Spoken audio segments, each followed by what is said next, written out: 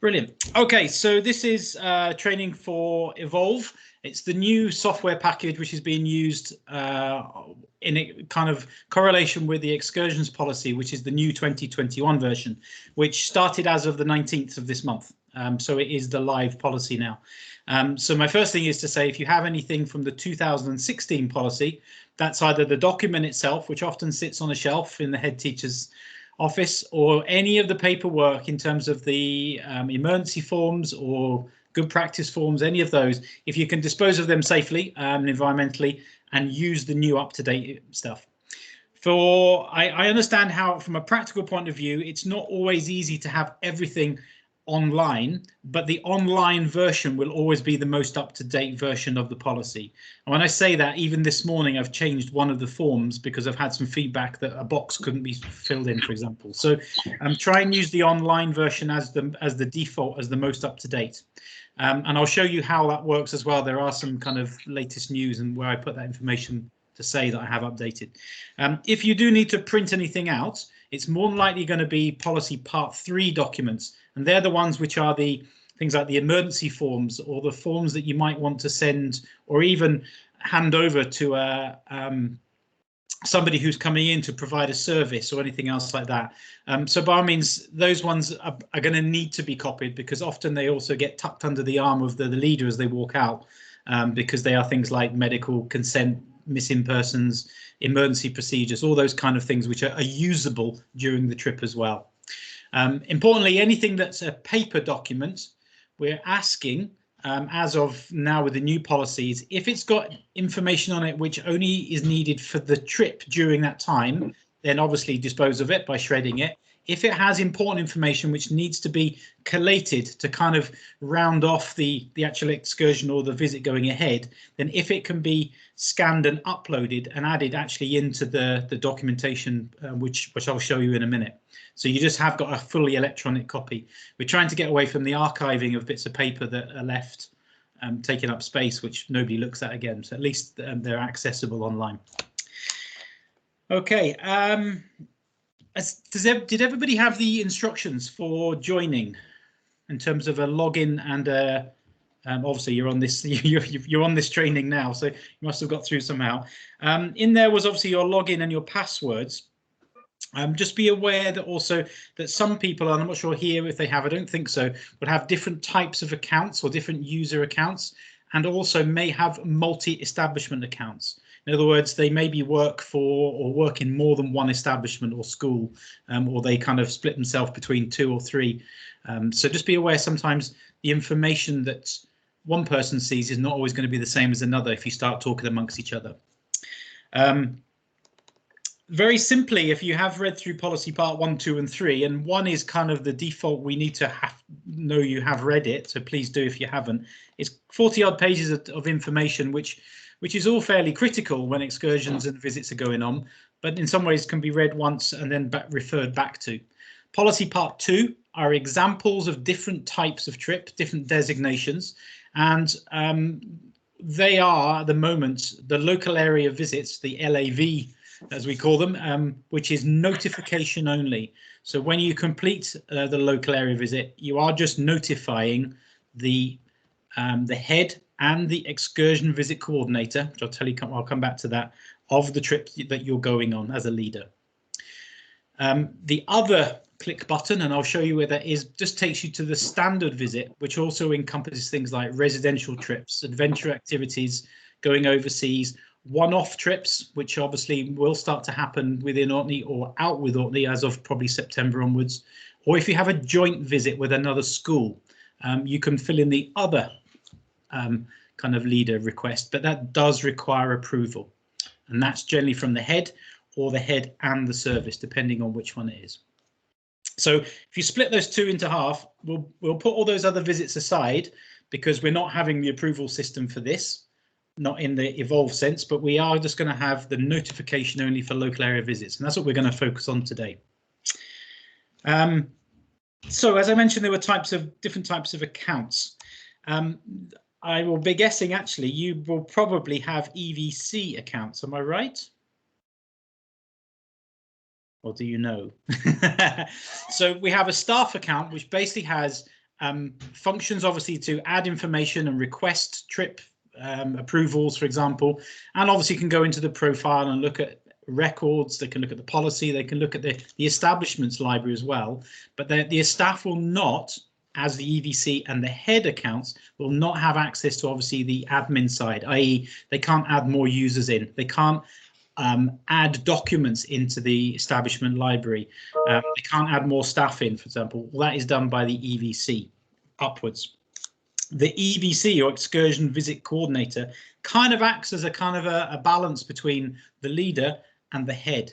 They may well be in an admin post, a senior admin post, or an admin to support the head, or they may well be a deputy head or even a business manager. They are important in that they have the admin rights, but they're also important, and I'll put this to the side again, that when we do a standard excursion or visit or an overseas or anything else, they are part of the process of approval. In other words, they get the information once the leader submits it, they check it just to make sure that it's done and everything's in place, and then they pass it on to the head for approval. So they become the kind of in between the leader and the head, which hopefully is supporting the head and supporting the leader at the same time. Often they know what they're doing and the leader will come with no clue at all. And often the head will come the other way and go, I still don't know how to do this. So they are sometimes the font of all knowledge in each establishment, we hope. There is also a service account as well. So if an approval for the other types of visits needs service approval, again, there is a service account as well. So those people, so myself, Steve Burnett, are the main two in the department that would be checking forms or saying, yes, that's brilliant, it's an overseas visit or it's an adventurous visit, yes, you've got the right information, and we would obviously approve it as well. Okay, any questions so far before I go to sharing the screen? Are we all happy so far? I don't want to baffle you too much. That's the kind of introduction of where we're at. It kind of becomes a bit more obvious, and I guess some of you will have gone on and logged in and had a look at what we can do as well. So I'm just going to do that now. So I'm just going to quickly share my screen. Okay, everybody should see a big pink screen in front of them. Can somebody just say yes? So we're on the right. Yep, brilliant. Yep. Okay, so what we need to do basically, obviously, is to log in. Now we can do that actually in an emergency. This can be done from any computer that's linked into the web. The IT department has asked us if we can, for the majority of the time, to use an establishment machine. That could be a laptop, a desktop, or even an iPad if it's connected to an internet source. It's just that those machines they also have control from a security point of view as well. So if it's lost or damaged or there's something goes wrong, they can step in and block any information which might be leaked from it. But in the event of emergency, this is available World Wide Web. So I'm going to go into Google Chrome just for the start. And there are a number of ways of getting into Evolve. As you can see in the top there, I've already got it in there in the favorites, which is obviously a good way of keeping it. But the easy way to do it is to type in Evolve or www.edufocus.co.uk. Edufocus are the company which basically manage the software or produce it, manage it, and are a very good link in terms of for advice as well. If you just type in their address, often what will come up is their kind of secondary homepage, and you'll see we're concentrating on Evolve Visits here. There are a number of other products which we don't have, which they also provide in software packages as well. So if I click on the Evolve Visits, the likely page you'll see is these 5 children, which some are smiling and some are not so happy on the front. But the most importantly, there is a login, and that's what we're going to go to next, the top right-hand corner. Now, what we're doing is we're logging into the Evolve homepage, and Evolve basically now is saying you're in the software, but we need to know who you are in terms of which local authority, or in this case, some cases it can be a private school, sports clubs, whoever they are that actually has the package. So we need to log in the box here which says login here, and we need to type in, the quick way of doing it is to click once in the box and type in O and R, and Orkney Islands Council will come up at the bottom on the long list and it will be highlighted. I can either just press return, or I can move my cursor down and click on the blue box, but that takes us to Orkney Islands Council. Importantly, if you get a bit mixed up, you can obviously scroll through the whole list and go and find Orkney Islands Council on the alphabetical list. What often can happen is we end up being in Ormskirk High School, and the reason and the way you'll know whether you've got that right or not is that in the top right-hand corner, the Orkney Islands Council logo appears. When you're in a different one, you get a different logo. So that's now taken us into the homepage of Orkney Islands Council. It still hasn't given us access into our account as it was. So before we do that, there are a couple of things that you can do without even, if you've forgotten your username or password and need to do something quickly. First thing is there is a homepage which just has a header page. And at the moment, it just says we're still in level 3, local area visits are permissible. If you haven't got a user account and password, obviously get in contact with us. Importantly, there is a contact here, and that's a kind of an emergency contact. The contact gives us James Wiley and Peter Diamond's direct line numbers at any time 24/7. So that means that they can be contacted in the event of an emergency if something happens. If you scroll down the page, there are two other, I suppose, important people which we've also got. One is Steve Burnett with his information. Although he is part of the senior management team, it is quite important that he's there as the kind of resource manager, making sure that the Evolve package is working in terms of from a policy point of view. Below that then is the Evolve directly.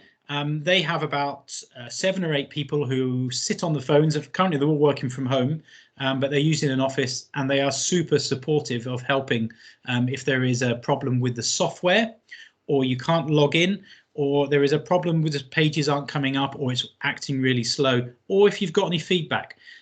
They are very open and responsive, and are really good at doing the job, which I'm thankful they help us out with quite a lot.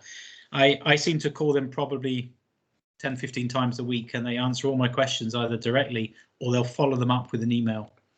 They're also very receptive to feedback. So if you're using this system and you think there's a much quicker way or easier way, or something's missing, then contact me or Steve, or definitely contact them and just give them that.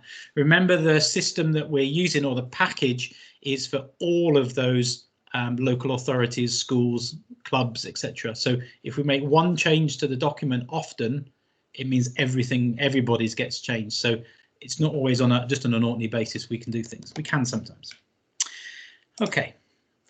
So we need to find our username and password. It's generally all lowercase, your username, your first name, your second name, or with a dot in the middle. So mine here, as you can see, is chris.jex. The password for your first login will be capital O, and it's Orkney 1234. So capital O, though, all in one, no spaces in it. So ORKNEY 1234.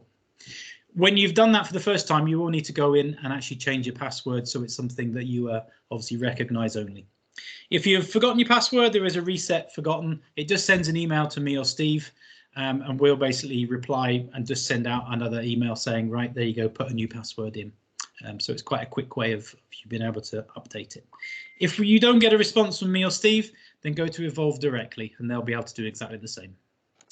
So from here, we need to get into the user's account, and we click on the blue plus sign, and it brings up a page. Now, the page you're looking at the moment is mine, because it says system administrator. There's a lot more stuff going on it than maybe some of the staff accounts or even the EVC and Headswell. So I will just quickly go through what you will be able to see and the key functions of it. So firstly, we have a number of folder tabs along the top, the coloured ones. The ones that may be most important or to use, first of all, is the home folder tab, which gives us these 5 boxes.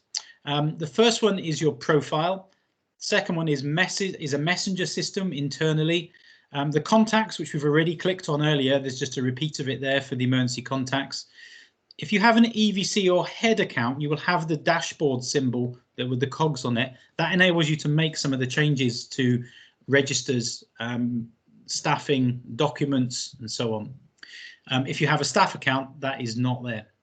And then there is a diary button as well, which basically takes us directly to either the establishment's diary or the whole of Orkney Islands Council's diary page. And I'll go through some of those functions when I've gone through the rest of this open page here. The other things which is worth noting, on the far right hand top corner, there are some help pages. The help pages, when we click on them, they've just been updated recently. we're in Evolve Visits, it's the only one option, are now nicely laid out with lots of colours, but also are quite simple. So for example, if I need some help with local area visits, I can look at the contents and see if it's in the list.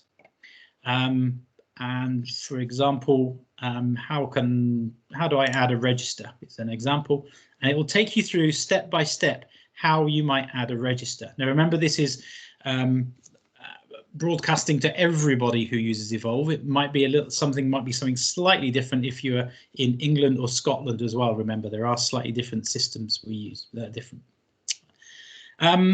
And it is done on a step-by-step basis and with obviously screenshots to try and help you out as best possible. Okay. So by all means, go to that function first if you're not sure of a process or something to do. If you can't find it, by all means, come to me or Steve, or just go straight to Evolve directly, and we'll talk you through the process. Again, there is a front head page here. Quick links to policy part 1 and part 2. But not to part 3 because there are so many folders in it. We can't put all the individual links in there. So I'll tell you how we go to that in a moment using the resources folder. The things on the right hand side here, a lot of those will not be there, but what will be there on everybody's page is the latest news. And that's something that myself and Steve update as and when is required. So even today, we've done an update on one of the leader requests forms. So it just notes it in here and is date stamped. So sometimes it is worth, if you have time, just to go through the latest news and what has happened historically, just so you kind of know what we're doing and trying to keep ahead of to make things as best for the user as possible. OK, so just looking at these tabs just here, very quickly, I'll go through. We'll probably come back to some of them as well. The first one is your profile, which is the blue person. Your profile obviously outlines who you are, what your username, which establishment you're connected to, what type of account you have, but it allows you to change your password if you need to change your password. And also in awards and training, it'll also show this course that you're doing now, this training course. I'll be logging that into there so that we've got a record of who's done training and when. The PIN number change here is only for those that have a head account. The head has an additional PIN security, so when they do approve a visit under the standard visits, then it has that element of security in it. So only the heads will have the PIN number. Importantly, if you do change anything in your profile, generally a box will pop up to do with the change in password, for example. By all means, complete it, but at the bottom of every box, and you can see at the bottom of this one, there is an update button. Often it's sometimes a continue button. You do need to click on that if you've made any changes, because that's what saves the information that you've changed. Okay. Okay. Messenger is there's an internal messaging system. You can contact other people in other establishments or your heads or the EVCs within your own. Be aware that if you use this system, it's fine. It kind of keeps it within Evolve. It's about all the excursions and visits. It will also remind them on their normal Outlook email system as well. So it's not just you have to log into Evolve. What generally happens is a note will come up saying that you need to log into Evolve because you've got a message. You would log in using your username and password, and the first thing that comes up in the middle of the page basically is you've got a message and you have to acknowledge it. So if you do send somebody a message, they can't avoid it. They have to acknowledge that they've been given it. We've done the contacts already. I'm going to jump over and come back to the dashboard. The last one down on the far right there is the diary. If I click on the visit diary, it's a very quick and easy way to find out what is going on within either the establishment or within the whole of Orkney. Now, as I'm working from a OIC service establishment, we obviously don't do any visits from here, but we have ourselves as an establishment. So there's not too much going on, obviously, from that point of view. But you can see if I go back into March, where we've done test visits, for example, they do come up. Importantly, the establishment diary obviously is your own establishment's. If you do choose to go to the full Orkney Islands Council diary, you will notice all of a sudden everything gets very busy, and because all 30 establishments at some point which are within the Orkney Islands Council's kind of group will start to put things in, and if it's a busy day, then it starts to get quite complicated in terms of trying to find your own establishment's information. Importantly, there are some color coding which is going on here. If it is in grey, it's a local area notification sent generally by the leader or somebody within the establishment. If it is in yellow, it's a standard excursion or visit which has been completed partially or even fully by the leader or somebody in the establishment, but it is only a planned excursion. It may not have been sent to the head, or if it has been sent to the head, they're still awaiting approval. And then the green ones on there are the excursions which require approval from the head or possibly the service, and obviously show up as approved and they've gone ahead. So there is a colour coding on there. Incidentally, a good example of how EduFocus have helped when we first looked at this local area visit module, the grey wasn't on there at all, and we said we need to delineate a different colour for local area visits to all the other. So our feedback has now created this document, which is throughout the whole of the software. So they are open to suggestions, which obviously help as well. Okay. Often these windows will come up as separate pages, as you can see at the top here. And often it's a better way is, rather than try and leave them there, is actually to close them down and go back to your original, obviously, homepage. Okay, so we're going to go into resources, which is the next tab, the pink tab. Resources, there are 4 different boxes there.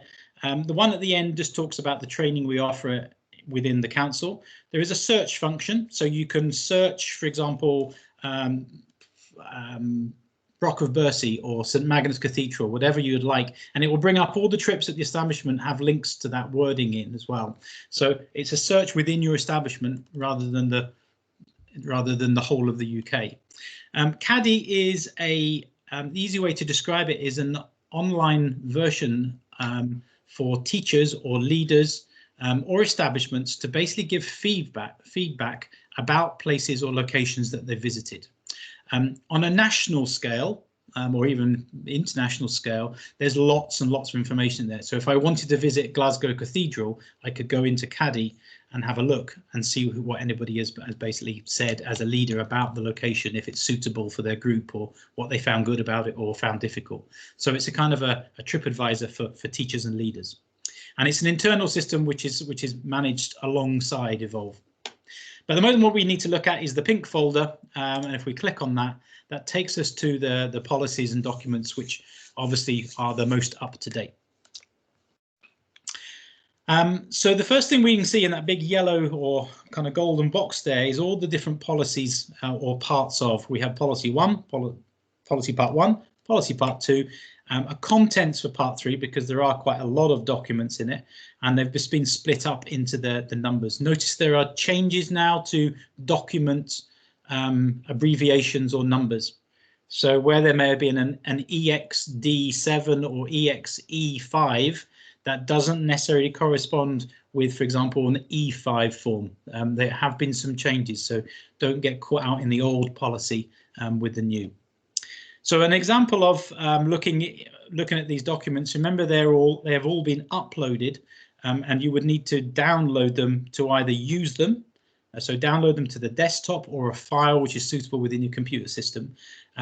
If you need to amend them or fill them in, all the forms are electronic PDF forms.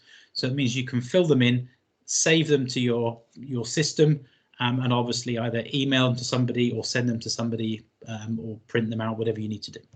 So an example of it, I'm going to go to the emergency forms. I click on it once, and you'll notice if I scroll down, all the documents start to appear. There are some bits on here like the crosses, which you won't get to see because that's just from a system admin point of view. And then you can choose the form that you want. So I'm going to go to the obvious one, which may be the missing participant information. One click on it will bring the download down to the bottom corner. Often it comes up in the middle of the screen as well on some software packages. And if I click on it then, because this document has support material, and also then it has the fill-in boxes that I can fill in online. Now, often this, be quite honest, the reason why I picked this document is this is the one that does get printed out and would obviously get filled in during a trip if, for example, it was going to a busy place or to a shop and all of a sudden we've lost somebody. This is what they would need to pull out and start to fill in and obviously pass on to the emergency services and the school. So the fact it's an electronic PDF fill-in is kind of a little bit, it's probably not going to be used in that way in the event of something going wrong. But it's all there, and you can see that the form is laid out fairly much the same way amongst them all as well. They're all the same kind of layout. Okay.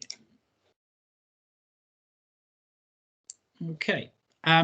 You will also notice there are some other forms starting to appear here. We do have the local area visits, which are still in policy part 3, and they are the LAV1 and 2 forms. Now, this is 2 forms which we have put in from an Orkney Islands Council point of view in order to pre-approve any local area visits, and the approval is coming from the head. The EVC and the head are the ones which will be able to amend those, or the LAV2 document, that's the head's approval form. The LAV1 form can be amended by obviously any leader, and I'll show you what those 2 are now. So the LAV1 form, the one we've actually just updated today, is the request form. There are 2 ways of for a local area visit to be pre-approved by the head. The simplest way, and you'll probably have a sigh of relief when I tell you, is that if you've had an extended boundary area in the past, you can take all of the trip titles or types of visit or locations that you've been to within that area that have been used and have been already being approved by the head, and you can move them straight into the LAV2 head approval form. And I'll go show you what that looks like in a moment. So that's one way of getting all the approval done fairly quickly from the old system, which was the extended boundary, which is now no more, into the local area visits. Local area visits, as it's mentions within the document and in part 2, are regular, routine, low risk, and generally educational or recreational activity. They are generally done during the establishment hours, and they can be done anywhere within Orkney that is suitable. So if, for example, you live on an island and you come into Kirkwall on the ferry, and then you go from the ferry to an RSPB reserve on the West Mainland, that's fine. Okay, if you are on the West Mainland in a school and you want to go and visit Shappensea, that's feasible as well. But you need to make sure that the risk is kept as low as possible, and it's not just a one-off trip that is not planned to be done again. So that's the first way. You can take all of the documentation or the titles of types of visits that you've done within the local area, move them onto the LAV2 form. The other way, which maybe starts from now really with the new policy, is to fill in the local area visit request form. That is if there is a new activity, location, or type of visit or travel that you want to do within Orkney that kind of comes under the regular routine, educational, within the hours and so on. And that form looks very similar. In fact, you may well recognise it to a form which was for the extended boundary, which basically just requests the visit title and name, the description, what the outcomes are, who's filling it in, what establishment name is it, do you need a first aider, is it like to be repeated, and when, and what kind of transport you're using. It asks you to list any activities, locations or journeys that you plan to use. And most importantly, for those that have those activities or journeys, for example, that have been in the extended boundary, which should have a risk assessment kind of attached or suitable for them, it's asked that this new visit that we want approval from the head, and remember it's approval just from the start, it's pre-approval, done only once. We need a risk benefit assessment form to be attached to it. It could well be picking the ones you've used before. So if they're, for example, it could be a walk down the road to the shop, then it's obviously you may have 2 risk assessments, one for walking along the road and maybe one for visiting the local shop, or they may all be incorporated into one if you create a new one. And any supplementary information can be added in as well. This form can be filled in electronically by the leader or by the EVC or by an admin even, and then obviously sent to the head, or it could just be printed off. They could fill it in and hand it to them. There is a statement section here that the head does need to fill in and just check that everything is suitable. So that's the kind of the new way. If there are any new locations that you want to go to, or the leader wants to go to, can use, they can fill in the LAV1 form. Okay, the LAV2 form, which is fill-inable by or accessible by the EVC and the head, but obviously the head does need to do the sign-off on it. Basically, again, you may well have seen a similar document, which basically just has a row per visit or type of journey or anything else. It's really important from one extreme, I suppose, being you may well have a very specific place that you're going to, which could be the local area visit title or name, to somewhere which is quite general when you want permission. So my example would be if I was in Kirkwall, I could say that I want to visit Craigie's Butchers, and that would be the visit title, the date of request, and the general description to visit the shop or the butchers. Or I could have visit shops within Orkney. That could also be a title. And there's a catch-all there that any shop in Kirkwall, then the head would be saying, yes, I'm comfortable for you to go there. So you need to kind of pitch the title of what you're requesting from the head somewhere kind of that's suitable, but obviously not so broad that actually doesn't give very much information, and the head really will probably come back and go, well, could you just tell me where you're going, because any shop in Kirkwall is quite broad. Just be aware you can make those assumptions sometimes, but the head might come back and just say, which shop is it? Can you put the names of the shops you'd like to visit?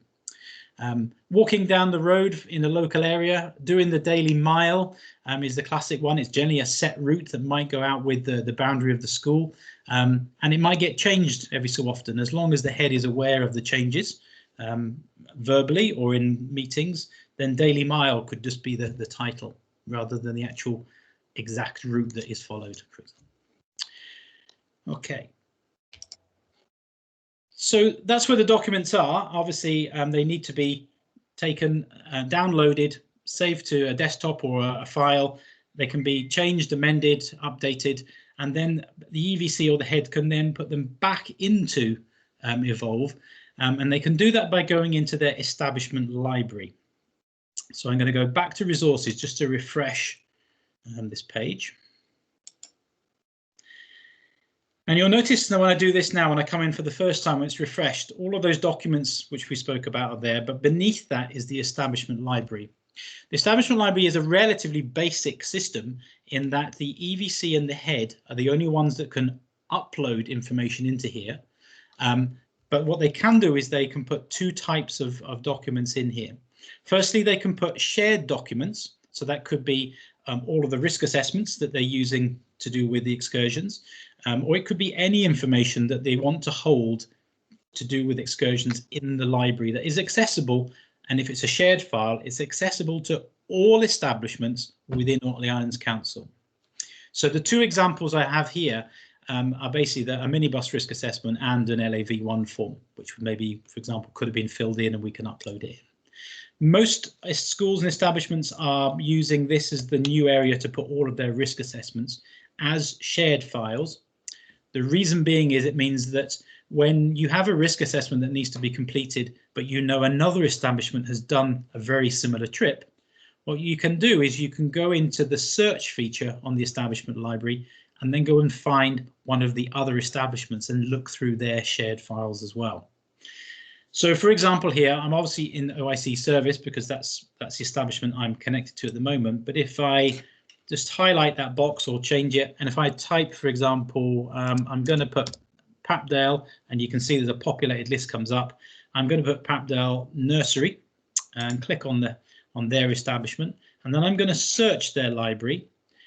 And what I should be able to see is all of the stuff which they've put in, and these are all the risk assessments they are compiling or have moved from wherever the filing system's been. It's been uploaded by their EVC or their head, and now becomes a resource for not only their own staff, but also other schools as well. So it's kind of quite nice that you can start to share some of those resources which are there. Okay, I'm just going to let's refresh the resources file again. There is one file there at the top which is called Educational Visit Policy. It's a kind of a wolf in sheep's clothes, really, because it is actually the LAV2 form. It's the form that the establishment basically has, which is the most up-to-date, pre-approved locations that the head obviously completes. Now, unfortunately, within the software, I can't change that to say heads approved LAV2 form, but you'll notice it's a non-shared file because it doesn't have a description next to it. In other words, it's only for the use of the establishment and the staff within it. Because it's a record only for the establishment, there's no need to, and there's no requirement to share what one establishment does to another, for example. So if I do click on the educational visit policy, you'll notice what comes up at the bottom is the LAV2 form. If I was to have it filled in, it would have been, obviously the lines would have been, I would have saved it, put the information in, and then uploaded it back in again into the documents.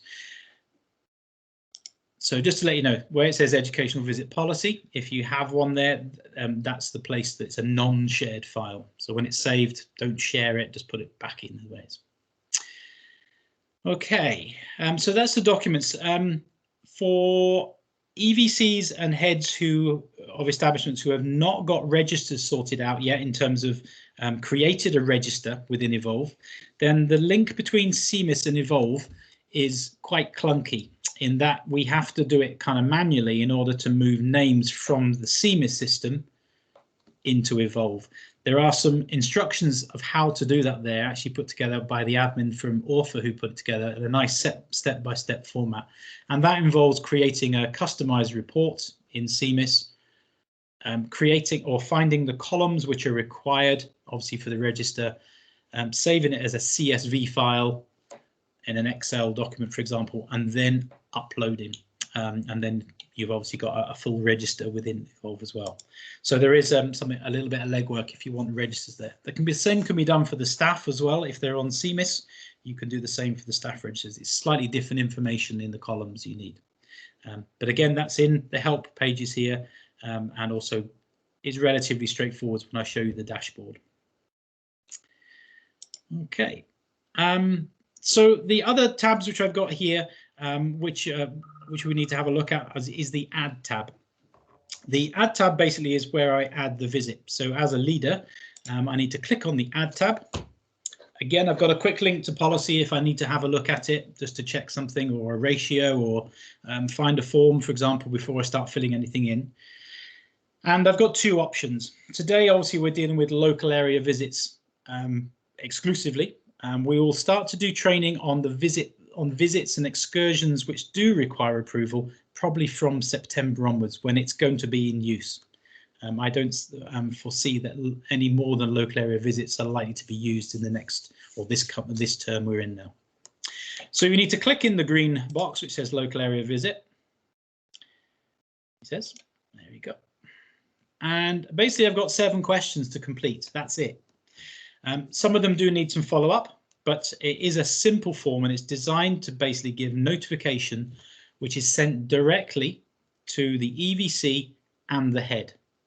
They will get an email in their Outlook which says you have a message to look at. They need to go in and have a look.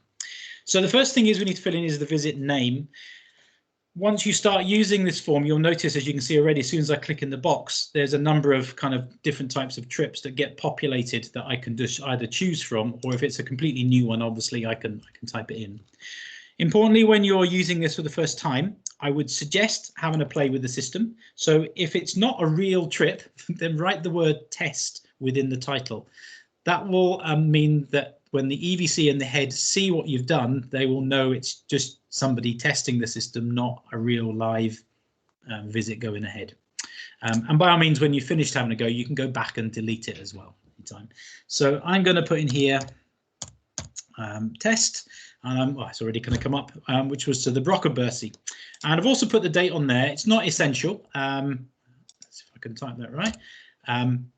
But because it's going to ask me the date anyway, but it gives me a reference of where I'm going and when it is. It could, for example, have P6 to 7s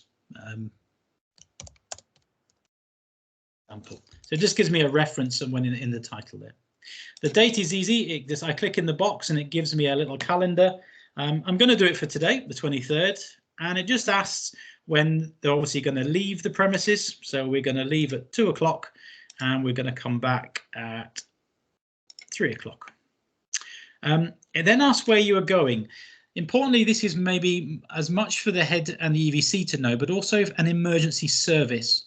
This information obviously will be critical if there is a call, and maybe you're not staying in one location. You need to give as much information in here as possible. If there is a postcode or an address or a house name or a location name, then try and put it in there as it would be on a map, or you recognize it as. And if it is on an island that is not Orkney in terms of Orkney mainland, if it's in Papa Westry or Shappensea, then please put that in there so that it's quite clear that it's on a separate smaller island than just Orkney itself. If you find the location you're going to doesn't really have any way of naming it, there are two options which we're kind of which are easy to use, that the emergency services or a way of finding it. One is using an Ordnance Survey grid reference. If you have somebody that knows how to use grid reference or find a grid reference, then please use that. Generally, it's a 6-figure grid reference, which then means that it kind of delineates an area about 100 meters square within a map, an Ordnance Survey map. Or one other, which is relatively straightforward, that most people now will have on their smartphone app, or an app on their smartphone, is the app called What 3 Words. That is an app which basically, once it's downloaded onto your phone or any device, will give you a map, and you can put a pin on the map, and that pin then will give you 3 words to describe it, which describes that between 2 and 4 meters square area. So, for example, the Brockabursey could be the exact location I'm going to. The steps that lead down to it could be words like bird, sky, car. And if I go back to that map at a later stage on my app and try and get to the exact location, I'll find those 3 words again.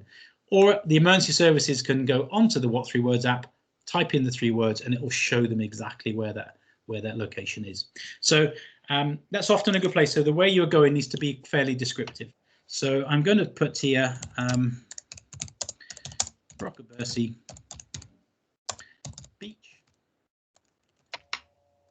car park, and I'll put What 3 Words, sky, as an example. Yeah, as for the number of students, it doesn't ask at this stage exactly who they are, because remember, this form may well be filled in months, weeks, or even on the day. So sometimes that register can't be as up to date as it will be on the morning of, or the time of when you walk out the door. So in this case, I'm just going to take 3 students with me, just ask for that, and it asks who the staff member in charge is. Remember, this form doesn't have to be filled in by the leader, and often what is happening in schools is the admins are given a note about something that's going ahead, and they're filling it in on behalf of them. So if I'm going in an admin account, I need to make sure I name the actual leader. So there is a drop-down list in most establishments. And these are obviously the ones within the service here. So I could be filling this form in on behalf of Charlotte, for example. So I would choose her. In this case, it will be me. So I will be going. And then there is a comments box. You can type whatever you like in the comments box. Often, if there are only a few people going, you can put the name straight in there. If you haven't got a register, or it's just quicker to type the names in. If you have staff that don't have a user account, you may want to type the name in here, because you won't be able to find them obviously within Evolve. If you at any time have parents that are coming to help, or volunteers that maybe are not employed, again, you might want to put them in here, but there is a way of actually including them or putting their names within Evolve so they can be used again and be found in a list. So the comments here is, I'm just going to describe, so we're going to have sandcastle competition, science project on shells, and I'm going to put additional parent PC so I know that they're coming with me. Just correct that. And that's all we need to fill in at this stage in order to send the notification. So I click on the Continue tab in the bottom right-hand corner. And that's now sent to, in this case, it goes to Steve, who's the other EVC apart from me within the service. So he'll get that now. And that will come up as an email, basically in his normal email kind of Outlook box. But this is the overview of what I've just typed in here. So you can see some of the information about the establishment. Every trip or visit has an ID number, the time, the date, who the staff member in charge is, and the information I put in there. Notice there are some other bits of information now which you can see, which I can now amend, and I can amend them before the trip, during the trip, or after the trip. I think it's up to 28 days after you can amend registers or you can attach more information. A good example of that is if someone hasn't turned up during the day or on the morning of, your register might have included them. You can go back to the register and delete them from the register. You could type a note. There is a note section here on when the morning you come back and say Calvin was on the register but didn't turn up for the morning because he was sick. You can put that in as a note, and that note then gets shown to everybody who can access this within your establishment. You may have additional information, and these are just examples here for all excursions and visits. Generally, it's other documents might get attached in. For example, if there's been a review or an evaluation, or there's been a follow-up information that maybe is sent to a parent or parents regarding the visit that went ahead, you can attach it in there and also compile it all together. I have also seen in one of the schools they have added into there the LAV1 form that they used in order to request for the first time the going on that trip. So that's another place that could be it. Quite easy to attach. You just basically click on the plus. It tells you what's the name of it. You can type any name. So I'm just going to put a risk assessment. I can go and choose the file from anywhere that's within my system. So there's my Minibus file. Press continue, and then it uploads it into the system, and you can see it's now in there. I can go into there and get rid of it anytime as well. It's not a case of once it's in, it sticks. It can get moved. The register and staffing, the purple eyes, which you can see obviously, which are the things I can look at. If I click on that, once there is a register for staffing and for other staff, i.e. our volunteers or parents, and also obviously the participants, the pupils, I can then make up the register. And notice also I can print it out. The reason why I kind of emphasize that is some schools are still using the system where they basically, once they've got the register and the details, they basically have a paper format. They put it on the wall in the admin department or the office. It goes on the wall when they walk out the door, and when they come back in, they take it down so they know there's a very foolproof system of when people are in or out. That may well help with for example, if a fire alarm went off, they've got an instant list they can pick up to know who's not there. So I'm deciding I'm going to take somebody else with me. So I'm going to amend the staff. These are the staff that are within the OIC service. So in this case, I'm going to take Heather Manson with me by clicking on her name, and remember to click continue. So now she's been added in, and on the day before I leave, and I've got time to double check this, as I said, a parent was going to come with me, but I've now got another parent. In this case, I'm going to take, there's some examples here. I'm going to take Bill Free with me as well, because he's a parent that has decided to come along because of maybe an issue with his child. So I'm going to add them in as well. Once I've got them in there, they kind of obviously do show up as accompanying staff and others as well. And what I need to do is just go back out of there, back into the register, and then go to my attendees. This is the register of the children I'm taking. I said I was going to take 3. So all I need to do is I need to click the plus because I'm adding attendees in. Obviously, I can delete people out of the register as well, and I can create a printable version of this as well, as I said earlier. So I'm going to add somebody. When the register is created, generally by the admin or the EVC who can load it into there, it's worth thinking about how you put them together in groups. In this case, I could just type in the student's name and it would come up in the selected file, or I could look for a whole tutor group. That could be a year group or it could be a class group. So in this case, I said I was going to take primary 6, and I've got Ian Indicator, so I'm going to take him. So I'm going to click on his name, and I also said I was going to take primary 7. The search from a primary 7s, that's Jane Jacket. Now I'm missing somebody now. I've got one more person, which unfortunately will have to come out of my test register. This is a mixture of people. If I was bringing the whole class and that was the chosen tutor group, I could just select all. It selects them all. Or in this case, I'll just need one more person to make up my 3. Once I've got them here and they're in the saved column, I can then continue. It just asks me, this is the information which we have within their forename, their surname, male and female, what class they're in and what group. In this case, I haven't grouped them. It could be, the class could be P6A or P7B. The group could be primary 6s or primary 7s. I then press continue to save that, and I now have a register which I can print if I need to print out.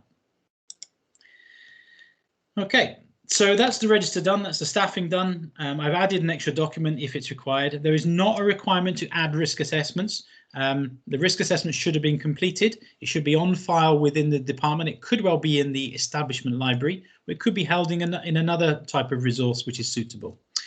What's really important whenever you're filling in information, if there's anything that is sensitive, for example, a risk assessment on an individual that basically shouldn't be shared, for example, with other staff or anybody that would get to see this form, keep it separate, make sure it only goes with the leader and then comes back again with the leader and is handed back in again.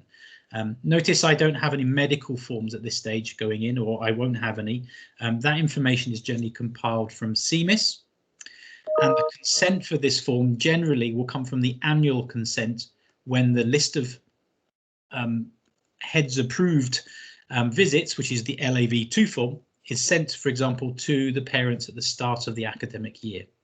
So there is not a requirement for a local area visit to have individual consent from each parent for each individual visit. It can be done under the annual consent. Medical information obviously comes from the CMIS files. If you do not think it's the up-to-date information, then by all means send a letter to say that your child is going on a visit. They may need, for example, their wellies or a packed lunch or anything else, and you can give as much information to the parent as you possibly need to. But you might also want to make a statement to say, if there is any medical information, please send it to us. We will update our records within the school.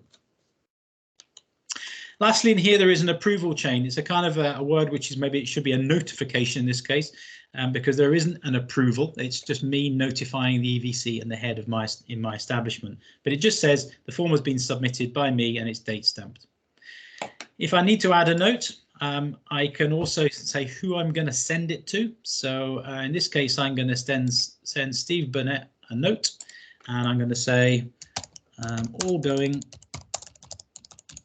as planned, but now using a school transport provider. And the reason why I would say that is because when I submitted that form and the email, I can't change anything else apart from the bits I showed you. I can't go back into some of those bits of text and change. So this is a way of basically updating the form. And you'll notice now, when it comes to the bottom here, it shows up as one of the notes. If I kept on going, there would be obviously a list of them. So the only things I can change: register and staffing, adding documents, adding notes. If the trip doesn't go ahead, I can delete it, as can the head or the EVC. This now will have gone through to them as an email, and that note will have got sent to them as well. OK, so that's the trip notified. I can then head out the door with all the usual, I suppose, checks in place, things like medical, knowing that we've got consent, annual consent from everybody, or if I've done individual, maybe consent, that I've got the missing persons form, I've got the risk assessments, I've got, for example, the first aider, if it's me, or the first aid kit. I have an emergency contact, which generally is the establishment, because it's during establishment hours. And anything else that I want the leader to carry, I need to make sure that that is going out with them while they're on their trip.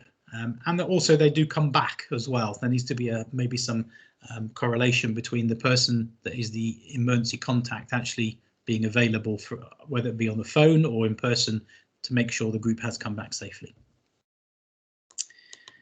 Okay, so we're back to the main page here.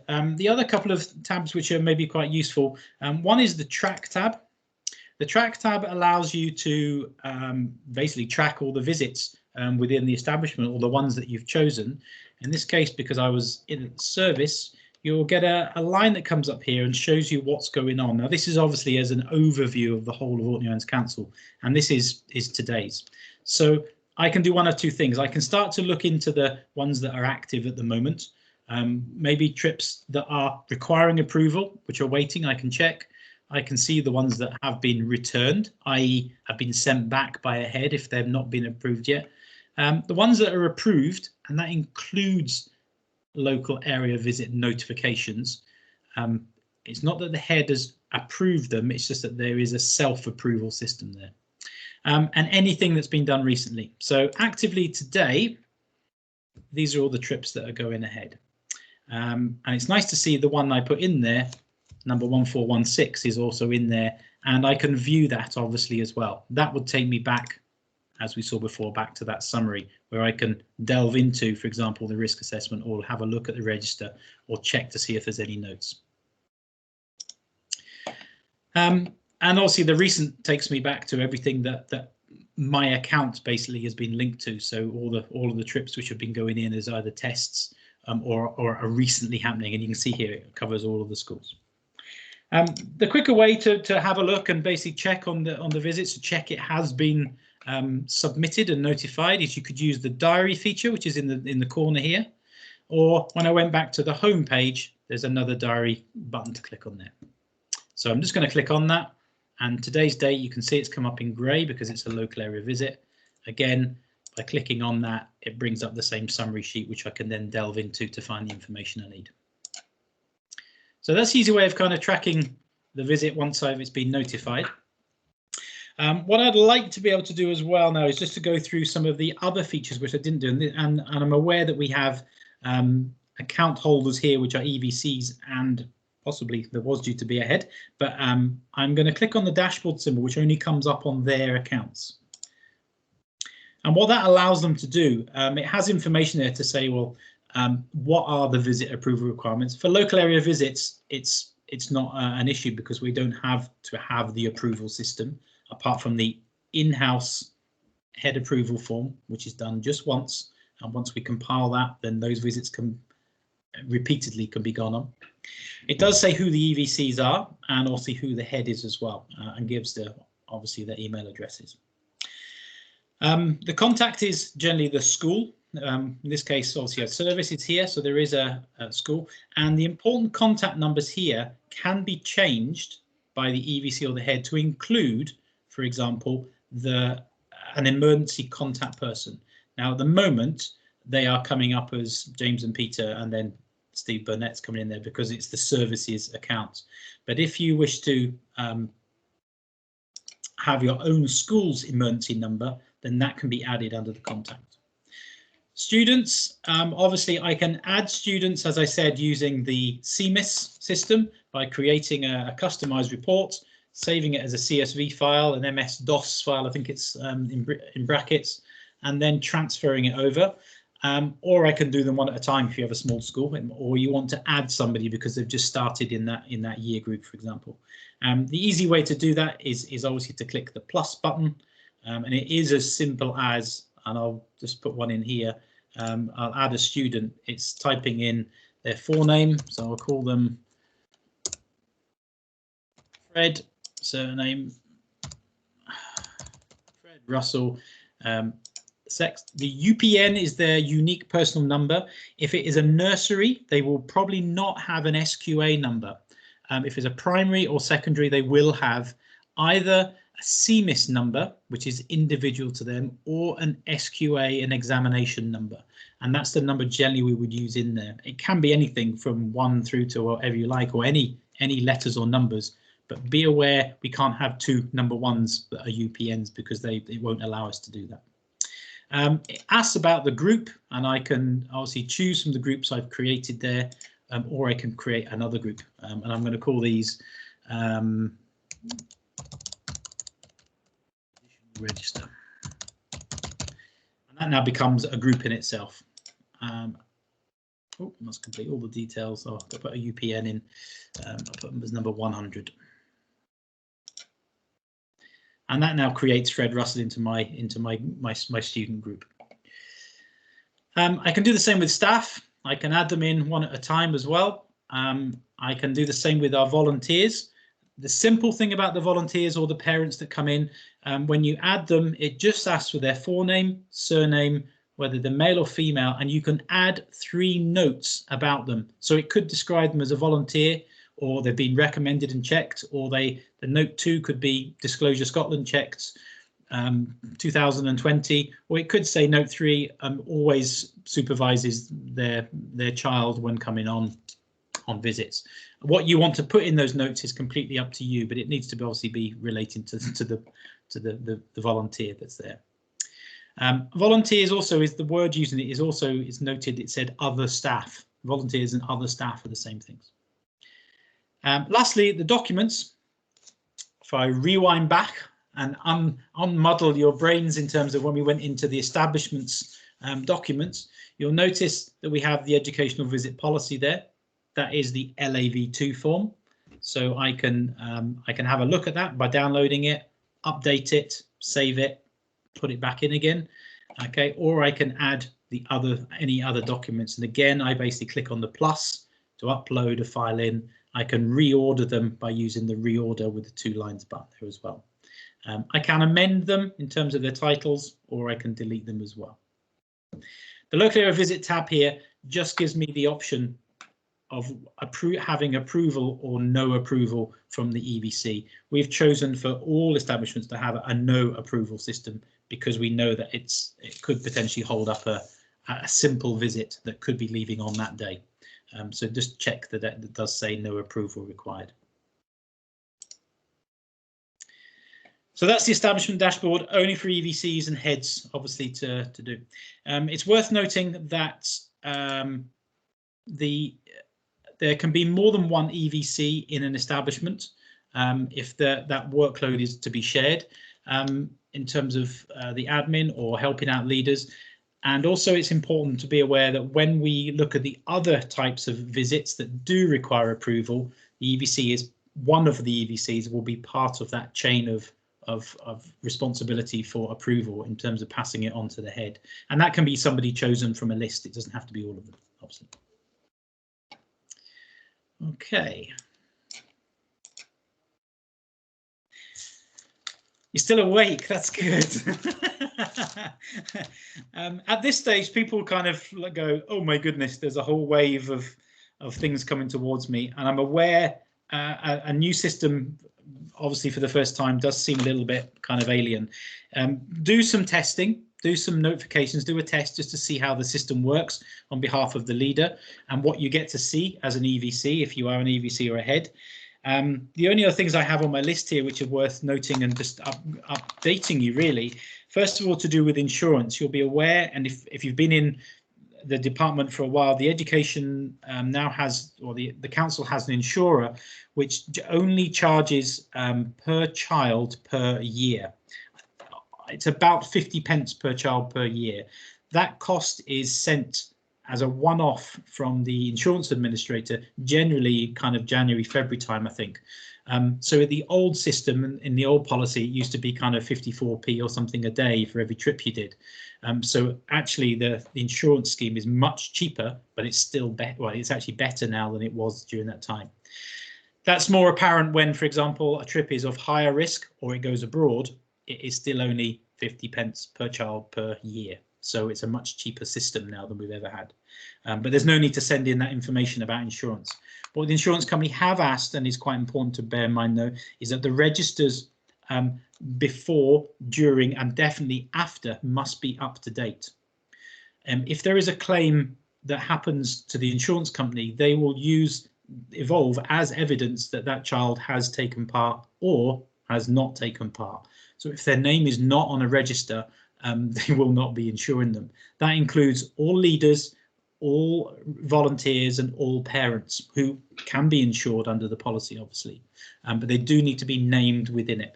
If it's not in the register and it's not in the staff list, put them in the notes, especially if they're last minute coming in and a parent says, I need to be here with my child today because there's been an issue. Then by all means, if you can before, but definitely, or on the day of, but definitely afterwards, make sure their name is added in, and that will cover them from insurance. That insurance lasts from when they leave the establishment boundary to when they come back, not just for example, the activity they take part in. It's all the travel part as well. Something that's we're still planning to add to the Evolve software is something called Evolve Go. Evolve Go is an app for a phone. Currently, if an establishment has a phone which is provided by the council, you can download the app called Evolve Go, and that allows you some flexibility in that they can actually fill in that notification on their phone or on the OIC phone and obviously send it. So if we have a nursery, for example, that are doing an activity in the morning and it's very short notice, they can actually do it literally while they're standing up with the class kind of getting together. They can fill in those 7 questions. Obviously, we need to make sure that there is a risk assessment and there has been pre-approval by the head for that type of visit. But the Evolve Go is due to, we're hoping to roll that out within a year or so, when there may be the option of all establishments having mobile devices, which will be supplied to them. Is there any questions or things that you've encountered if you have gone into the software package, or if you have tried to use it, or that I haven't answered yet? I was just wondering, Chris, in the summer holidays we prepare all the update forms for everybody. Yes. We have the medical excursion form. What's the form that replaces that one? Okay, so in the emergency forms there is an just rewind my head. There is an E1 form and an E2 form. E1 is the consent and E2 is the participant medical form. They are both double-sided forms, so you can't squeeze them all onto one page. They have been massively changed from the 2016 documents. Okay.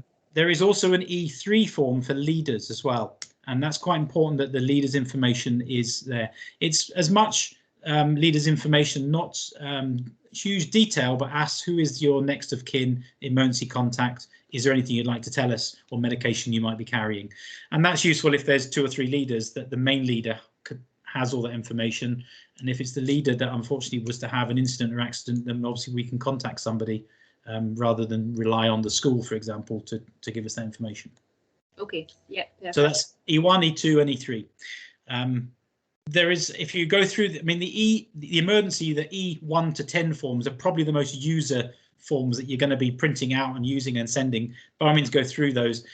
There is a new risk assessment form, a very simple format. You may well have seen it in the nurseries being used already, which is a risk benefit form. It has all the obviously information at the top of who's compiling it and when's it going to be amended or updated. But it asks for at least 3 benefits of why you are taking children out on this trip, if there are any hazards or risks. So it turns the question around with risk assessment of what's the good things about going on it, rather than what you're worried about. Mm-hmm. After that, then there are only 3 columns, and it's basically what are the hazards, what are the risks in terms of to do with the hazard, and how are you going to deal with it. There's no number system, there's no high, medium, low, it's kept as simple as possible. It's a double-sided form, no more than 10 lines preferably that have to get filled in to do with hazards or risks. And the idea of that is if there are more than 10 hazards and risks, you probably want to fill in a different risk assessment for maybe a slightly different topic or a focused topic within the whole trip. But the form is designed to be completed relatively straightforward, but also read by everybody as well, and simplistic, so everybody can understand it. If you have old risk assessments, there is no need to convert them into the new format. I know some schools have started doing that, and I said you're going to be there forever to do that. So by all means, take the old format if they've been done already.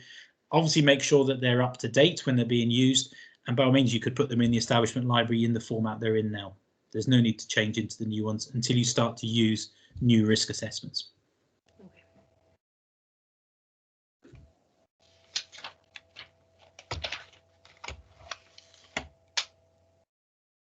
Is there anything else? Does that kind of make sense to you? I know you haven't obviously been working through. I don't think you have anyway. We're working through the software as you go. But is there anything else that kind of sticks out differently, maybe from the last policy to the new one, or? No. Okay. The policy, as I said, in September will have more training to do with the general visits in terms of the ones that need approval, and also the plan is to put more training in for EVCs and heads specifically on what they can do with Evolve, which they may not have found out about already. There is some of the features that I didn't show you because they're not essential, but by all means, if you're in Evolve and you want to go and have a look at more information about the track tab or reporting tab, you can report almost on anything and create a report down to an individual, their age, which trip they've been on, when they went on it, what was the outcome of the trip. You can go into a huge amount. Probably quite useful from a head's point of view if they're having any external assessor coming in to kind of collate all that information quite quickly. But it is possible to get a very detailed report from the information that gets obviously inputted. I suppose lastly, the thing is go and test it. But remember, don't leave your tests in there too long. Once you've had a go and you can understand how it works, get rid of the tests by deleting them, primarily because they do affect all the statistical stuff that goes into Evolve. So what looks like hundreds of trips are just lots of hundreds of tests, but not real ones. So we are asking that by all means, go and have a play with it, leave them there for a while and just get comfortable with it. But at some point, just flush out all of the tests, the old ones that you haven't used, just to keep your obviously your establishment diary up to date. Okay. If there's nothing else, then I will kind of let you go. That was a slightly longer session than I've had in the past. I went through that in a bit more detail than some of the others because well, this was the last session, so it's kind of my final session just to kind of go through everything. But you've had the benefits and maybe some of the information that I've been fed back from other users already. I've kind of just added into all of that, so hopefully that might have helped as well. Okay, keep in touch with Steve Burnett if there's any more questions, or myself, or Evolve directly. But let us know how you get on and give us good or bad feedback, because the system is in flux. We can change some things in Evolve, not everything, but we can change some things if they're really not working for you or they don't make any sense. Okay. Thank you very much. Enjoy the rest of the day. It's kind of clouding over a bit now. What's going on? Okay. Thank you much. Yeah. Thank you. Thank you. Thank you.